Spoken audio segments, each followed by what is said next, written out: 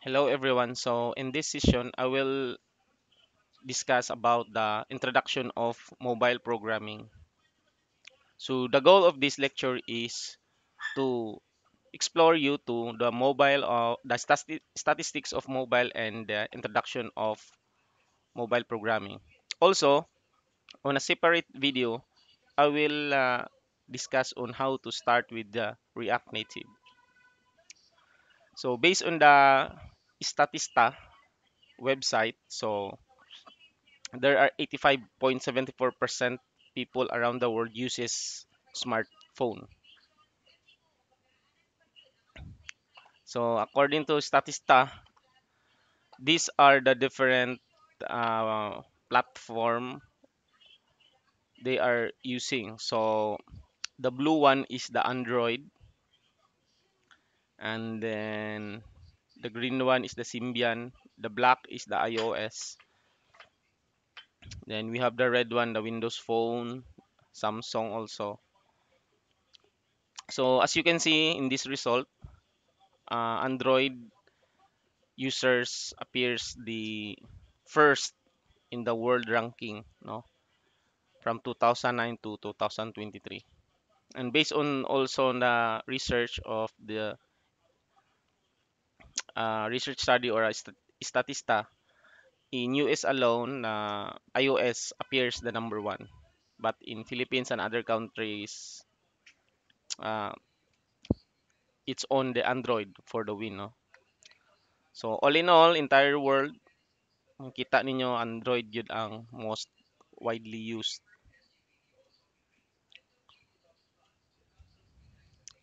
So, what is really a mobile programming? So, mobile programming is the process of making software for smartphones, tablets, and digital assistants. So, most commonly used is Android and iOS. While mobile programs is the one who installed on our smartphones, tablets. So, mobile programming is the act of doing mobile program. It's like walk and walking. Walking is the act of doing the walk, no? Like that. So when we say mobile programs, there are three major categories under mobile programs.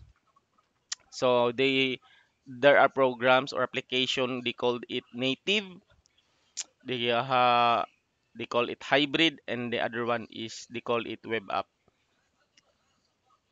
So native by default, no, is mga apps are built specifically for mobile devices operating system. So kumbaga kana siya nga program, kana siya nga application is gihimo lang para ana nga OS. When we say OS, operating system, it's like Windows, Microsoft Windows, Linux, no? Sa smartphone na to, they have also OS operating systems. That's they called it Android, and then on Apple they call it iOS. Okay? So, munang native. Kung mag-create ka for Android rigid siya, and then for iOS, iOS. While the other type of or the other category of mobile programs is they call it hybrid. Kani siyang hybrid is also ang hitsura ug ma-feel nimo siya nga same gid siya sa native apps. Install gyapon, di ma nagyapon siya home screen, responsive design, no? Fast performance, even be able to function offline. Pero they really uh, hybrid siya, no? It was written in a cross-platform na siya. It runs on a different platform. And then the other one is a web apps. Web web apps behave similarly to native apps, but but are accessed via web browsers on your mobile devices. So basically, si web apps is just a website nga responsive nga ma-open nimo siya sa imong mobile phone. Okay? So those are the three major categories programs, no? Let's say when you say GCash, GCash or we really don't know no kung si GCash native ba na siya, kung gisulat ba na siya for specific platform or on a different type of kuan, different type of or hybrid ba siya nga muran og cross platform siya. So to see the overview, these are the advantages, disadvantages, and then the programming language by its categories, no? For native, ang advantage niya is faster, better performance, and then native UI gid siya, and then naa gid siya ma-access gid niya ang mga hardware features sa imuhang smartphone. While si hybrid, quicker and cheaper to build. Paspas siya. Load quickly, less code to maintain. Si native medyo pag-abot sa code, medyo heavy siya gamay. Then while si web apps, as you all know no, mura ra siya website gyud. Ang gamitin sa website mura ra gyapon siya sa smartphone. HTML, CSS like that. So this is also the disadvantage on its categories. Si native is higher cost to maintain, no? Then it takes up space in the device kay i-install man gyud nimo siya. The same gyapon ni si hybrid i-install gyapon. Updates must be downloaded. Also si hybrid. Then si hybrid lacks power to native apps. Wala lang kayo siya access sa native apps kay hybrid man siya. Kumbaga kung sa programming pa they are the si native si low level. Low level si native na siya all access hardware. Si hybrid is middle level language, higher na siya. Maka-perform siya higher task on your computers but lesser on hardware part, no? Muna si hybrid. Slower since it has download to each element. So because it is si ano written through HTML, CSS and JavaScript si hybrid. So certain features might be usable on devices. Si web apps dependent lang gyud siya ni browser. Also needs an internet connection all the time. Mura gyud siya website, web application nga atong i-access. May not always integrate with device hardware. So wala kay siya access sa kuan. Though if you really search no, I think na kay mga library pud makita nga maka-access ka sa iyang mga hardware devices. And then ang mga languages sa Android in terms of native, you have Java and Kotlin sa Android na. Kung sa iOS, you have Swift or Objective-C. Ang cross-platform niya ana nga gitawag nato og sa middle or sa hybrid nga level kani siya, you have kani siya kani naka parenthesis morning these are the languages and this kani siyang React KV Xamarin is the framework of these languages. Okay? While the hybrid, when you say hybrid, it is same no? HTML, CSS, JavaScript na siya written.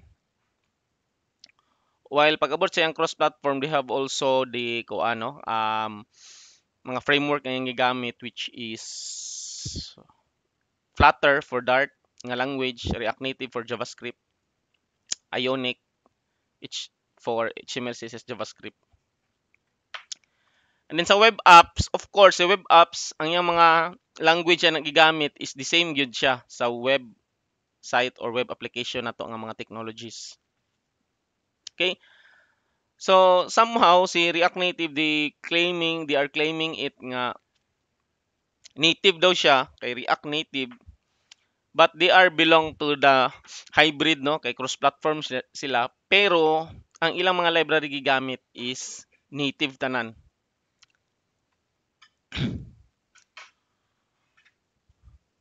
So these are other key features on their native web and hybrid. So when we say device access in native, full access gyud siya sa atong mga hardware, no? Si web only is limited. Si hybrid is full gyapon siya but with plugins. So diri na belong si React Native. Kay ang iyang mga library imo man na siyang i-include. Si performance paspas gid si native compare ni web og ni hybrid. And then development language specific platform si native, no? While si hybrid o web only HTML is JavaScript.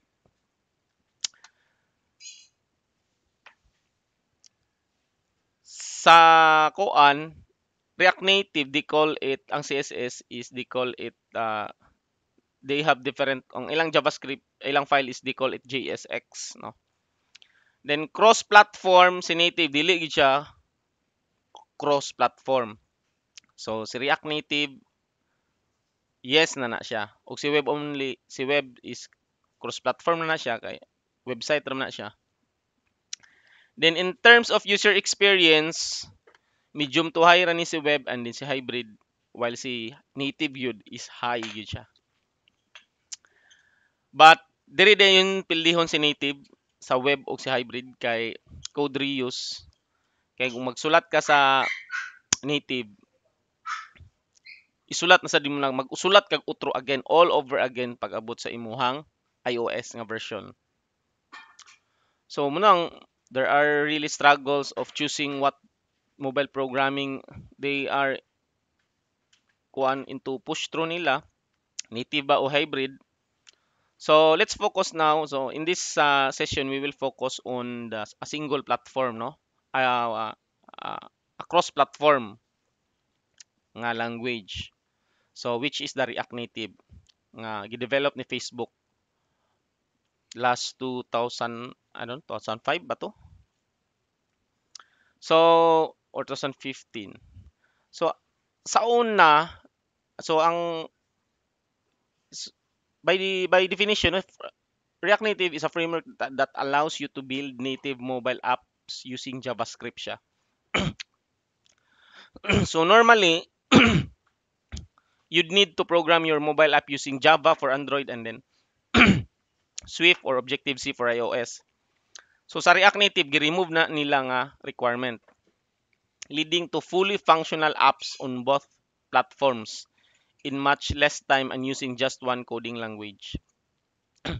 So na-develop nila because sa ilang struggle sa maintaining silang mga applications silang Facebook, di ba? Kung makabantay mo atong Facebook is install gud siya. So nahago sila kay different platform. So paggawas ni React Native, kuha na din siya. Ang code nimo sa for Android, i-recompile na nimo sa iOS. So you don't need to rewrite everything. So that's how efficient the React Native is.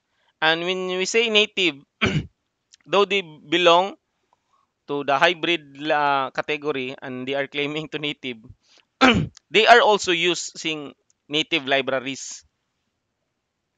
Okay, so that's React Native. So in this session, we will focus on React Native. Why React Native? Because according to this website, no, React Native is rising in popularity as a convenient solution to build cross-platform mobile apps with less strain on your budget. So these are just some popular application which is written in React Native. So number one, Facebook. Kaya sila magyud naghimo ana. Then the next, Instagram, Skype, Tesla, Walmart, Discord, and Bloomberg. And these are also the top apps that contains React Native. So why React Native? No? So for a long time, React Native was considered to be commercially unviable. It wasn't developed or supported enough to produce native-like apps. But the times have changed. No? React Native is gaining popularity, gaining community support. So As a developer, as a programmer, the most important yun kay kung mag-program ta, there are really several things that we don't know. So, we might really need help. So, kinsa man na itong number one help? Si Google. Google kita. Si Uncle Google. Diha kita padulong tanan. So, kung the bigger the community of that language, the better gid siya. Kaya nga naman, kada search nimo, if you have problem, ipag-search nimo kung dako na nga community, dako kag chance nga problema na sad na siya sa uban. So, daghan na kay kag mga pangutan-an. Okay? So, another idea of advantage of bigger community, it's like sa toa here in Philippines, the most popular brand of kuan kanang car is Toyota man, number one man sa ato. So kung ang imong sakyanan karon kuan ka sa may dili kay popular sa ato, Mazda, we say Mazda. So kung naay problema ang imong sakyanan, Toyota ka, ang isa Mazda, ang isa si Toyota, pag naay problema nga wala na identify, pwede ra ka mangutana sa imong kaila kay daghan popular man kayo imong sakyanan. So pwede ra mangutana unsaon di ay nganong akong aircon gihinay siya kung ingon ani nga kuan. So, mangutana ka. Sa bigger community daghan kag possible mapangutan-an and then possible nga na-encounter na nila. While si Mazda kung fewer community, magproblema ka kung asa ka mangutana. No, that's the idea or the advantage of bigger community. Okay, so si React gyud karon is big community na kayo. And then you don't need to study new language because React Native is written using JavaScript and you will write code using JavaScript, no? So based on the on this survey Stack Overflow on 2017, there are 67% from the different languages use JavaScript compared to other language. So mas daghan, so utilize gud ni Facebook si JavaScript ug ayo. Okay? So that's why and also if you check sa atong mga job street, Indeed, uh, widely and most demand job sa computer programming is si React Native. Okay? So that ends of this lecture for the moment, and on my next lecture I will run you through our first project in React Native. Thank you for watching.